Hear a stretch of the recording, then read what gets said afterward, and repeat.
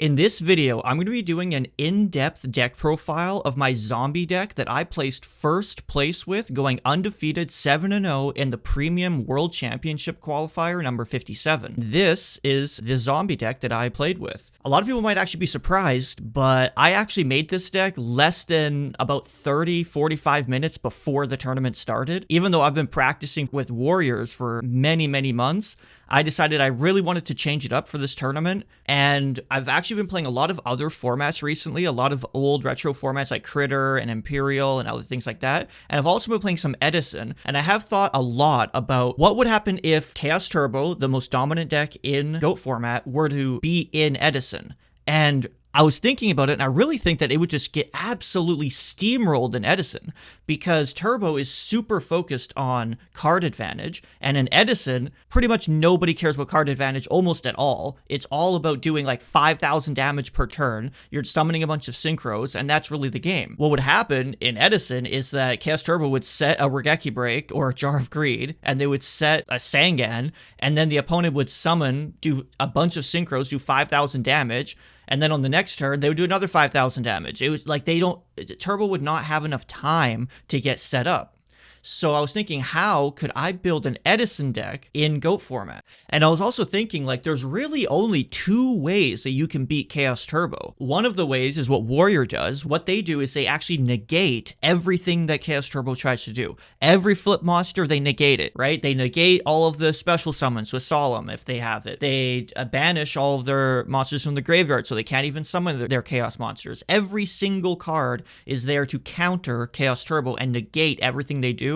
And then you just do some chip damage turn after turn, and then you win. But Warrior is pretty much the only deck that can do that, because every single card is dedicated to negating flip effects and all these other things that Chaos Turbo does. All the other types of aggro decks, like, they don't have enough resources to negate everything that Chaos Turbo does. And another thing is that you can't out card advantage Turbo. We would make these rogue decks like zombies, and then we would think, oh, well, we're going to lose the card advantage, so let's try to squeeze every ounce of card advantage we can out of zombies to try to compete with Turbo. But that's actually just a losing battle, because you will never out card advantage Turbo. That's literally what Turbo does. It's every card in the game that is optimized to gaining card advantage. So if you try to beat them at their own game, you will lose. And the only cards really in GOAT format that can negate everything that Turbo does is Warrior. So the last option is basically just to overwhelm Turbo with as much damage as possible and just reduce their life points to 0 before they can draw half their deck and make a board and beat you with card advantage, right?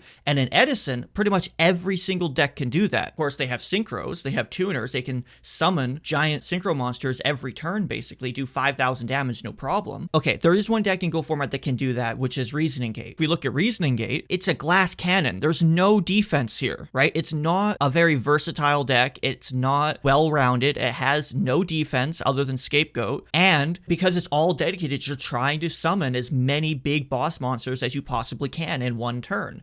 And the other problem with that is that you have to play all of these cards that all work together to accomplish that goal. None of them work on their own. Monster Gate doesn't do anything on its own. Demok doesn't do anything. Jinzo doesn't do anything. They're just dead cards in your hand. Same with the Chaos Monsters. You need to set everything up, the whole deck, right? So you can get unlucky and just not draw the correct cards. Well, in any Edison deck, it's super easy for them to summon all their monsters, and then it frees up all the other space to make the deck more well-rounded, right? It has a lot of back row, has these Book of Moons, all these traps. So it's a well-rounded deck that can also dish out tons and tons of damage, right? So I was thinking, how can I do that in GOAT format? And basically I was thinking, well, I need to special summon as much as possible. Other than Reasoning Gate, what else special summons? Well, zombies have Book of Life. You can special summon one zombie from your graveyard and banish one card from your opponent's graveyard. And I was thinking, well, in Edison, they also play zombies, and their zombie decks win. So I decided, okay, well, I'll look at the zombie list in Edison, and I'll try to replicate it in GOAT format. If we look here, this is just one example of a deck that got first place in a big tournament. It has Pyramid Turtle here. Let's just start with that. So I played the Pyramid Turtle, but if you notice, they don't have Ryokoki or Vampire Lord or some of the other newer beaters that you can summon off a turtle that are in Edison. And one of the reasons why is they can just summon their tuners, like Plague Spreader Zombie, with off Pyramid Turtle. But the other reason is that those cards are dead in your hand, right? A level 6 monster that can't special summon itself in your hand that doesn't do anything, it's a dead card. It's a really, really big downside when you draw that. You're playing basically with one less card than your opponent. So they don't even play those cards. And I've always had big issues with Ryukoki in GOAT format. I hate dead drawing it, so I decided, screw it, I'm not going to play it either. I'll just play the Pyramid Turtles. Also, everybody in the tournament actually just assumed that I had Ryukoki and they didn't attack Turtle almost ever. Yeah, that's one reason why you dead draw it so much, is because people just never attack Turtle. If you look at the tuners, right? So they have these 2 tuners here, and they have Plague Spreader. They have 3 tuners, right? And these special summon all of their big boss monsters. Well, what card can do something similar in GOAT format? And I thought about Cyberstein. Cyberstein is the tuner of GOAT format. Of course, it costs 5,000 life points, but it's a 1-card synchro summon. It's a 1-card fusion summon, where it doesn't take 2 or 3 or 4 card combos to summon this big boss monster. It's 1 card, which frees up a bunch of other space to play Trap Dust Shoot, Dust Tornado, all of these traps, Call of the Haunted, Jar of Greed. And it can summon huge monsters. One of the most important is Gatling Dragon. Toss a coin 3 times. For every time it hits heads, you destroy 1 monster on the field. So basically, Cyberstein is that big boss monster. Now, they play 3 tuners. And I originally actually had 3 Cyberstein, but then I took one out for Sangan, which was recommended to me by Alefia. He recommended I take out 1 Cyberstein, put in the Sangan, because since it can grab you Cyberstein anyways. And then for the 2 back row, I didn't really know what to play, and he recommended Jar of Greed, so I threw them in. If you look here at the Edison deck, they also have Dark Arm Dragon, which is a huge boss monster similar to Blackluster Soldier, and then they have Chaos Sorcerer. So I played Blackluster Soldier, and I was going to play Chaos Sorcerer, but there's just not quite enough light and dark monsters in this deck to fit it, right?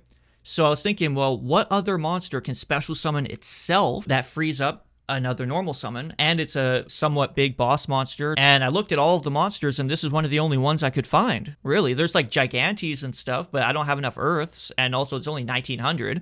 And I looked at Feed Mega Cyber, and it's actually pretty decent. If your opponent controls at least 2 more monsters than you do, you can special summon this card from your hand. So it's really not too bad. If you look back at this deck, they often play Raikou, which mills cards from your deck into the graveyard so you can get set up. For the Chaos Sorcerer, you put Plague Spreader in the graveyard, etc. And I would have loved to do that by playing Magical Merchant, but the issue with that is that in Edison, not a single person plays even a single knock in the main deck. While in GOAT format, every single deck plays 2 knock in the main deck.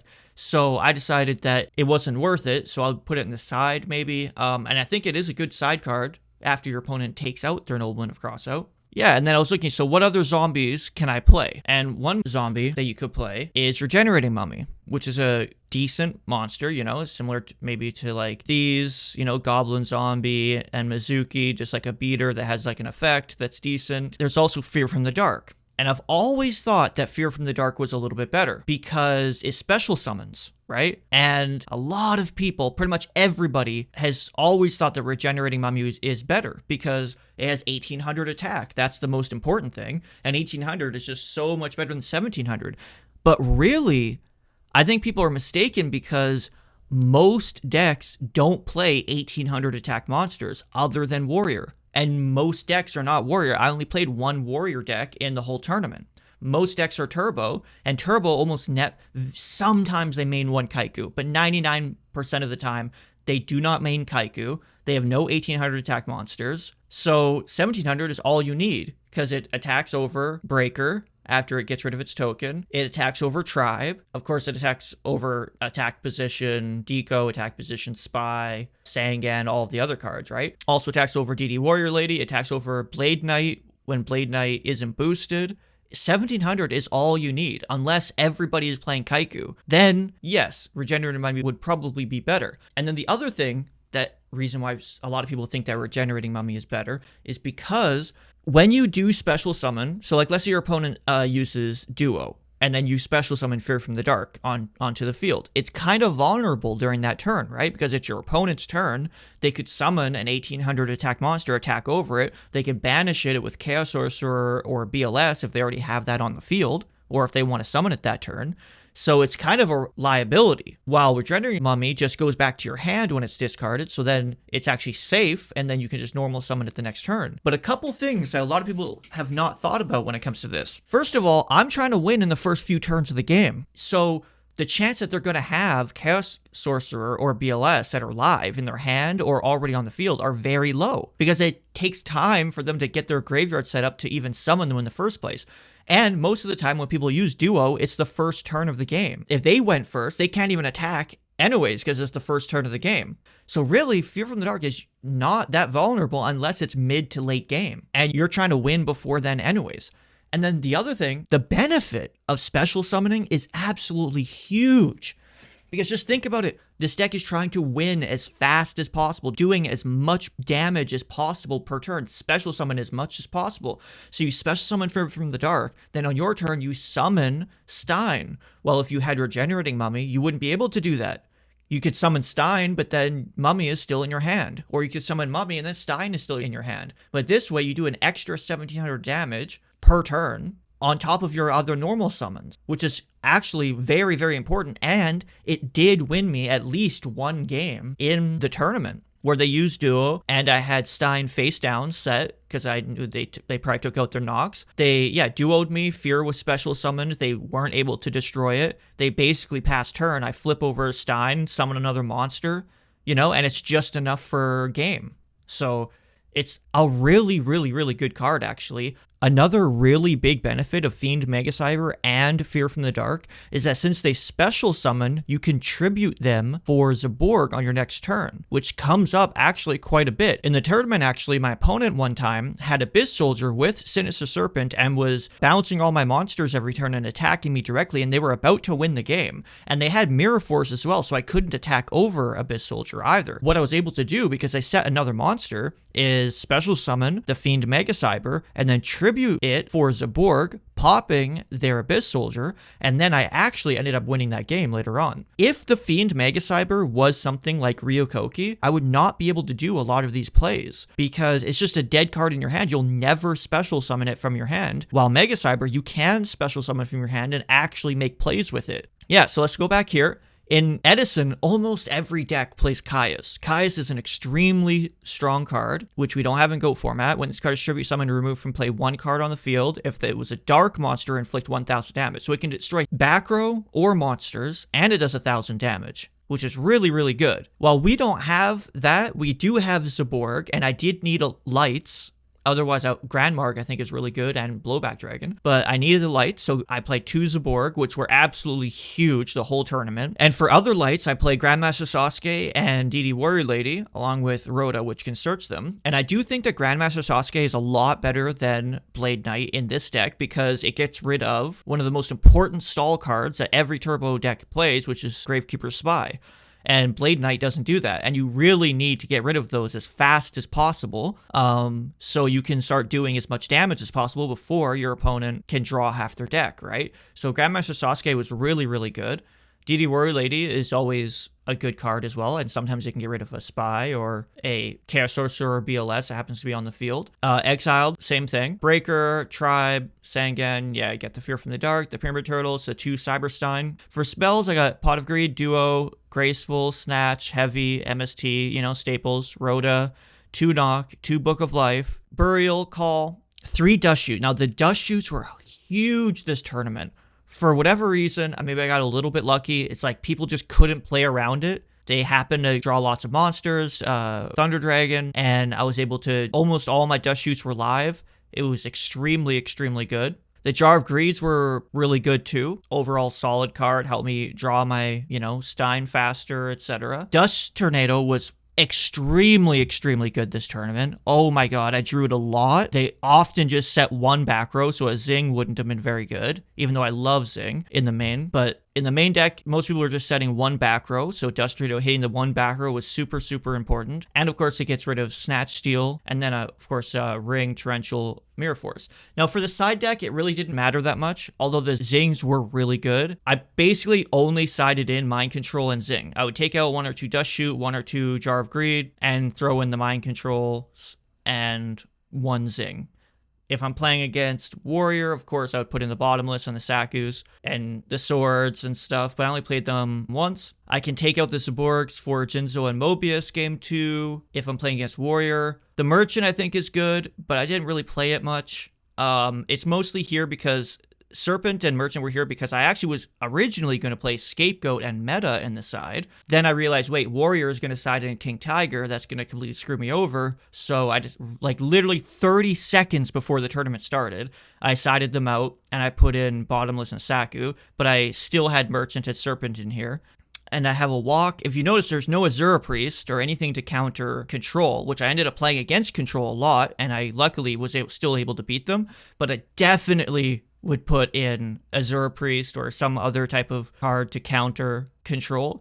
Yeah, that's basically the whole thing. I hope you guys like it, and I think there's a lot of potential here, and there's a lot of other decks that can win. It's crazy that like decks like this will win. You know, there's a Mataza the Zapper deck that gets first place a couple months ago. There's a Rescue Cat deck that gets first and second place in a Patreon. And both times with the Cat decks and with the Mataza the Zapper decks, not a single person played those decks ever again after that tournament, even though they dominated the tournament. And then I get first place with this, and who knows if anybody's going to play zombies, because for whatever reason, even though these decks win, people still don't play them. They just go back to Chaos Turbo. So you could play these decks and possibly win these tournaments. So I always find that funny, but I do hope that people actually start experimenting and trying these decks out because they're really, really fun and unique and they're really good. Like the only reason they don't top more is because nobody plays them. If people started playing them, especially the top tier players, the decks will be winning like every tournament. So maybe it can be you that's winning those tournaments if you happen to play them. So that's basically it. I hope you guys liked the deck profile. I'm actually also going to be uploading a couple more videos because I got first place in the French Invitational Tournament. That was almost like a year ago, but I still haven't made the deck profile. I'm going to be making that one this week. Maybe tonight actually. And then I also got first place in another tournament going 7-0 with a Warrior deck, both of them playing Bottomless, which I'll go more into in those deck profiles. So make sure to subscribe so you can see those videos, and I'll see you guys later. Bye.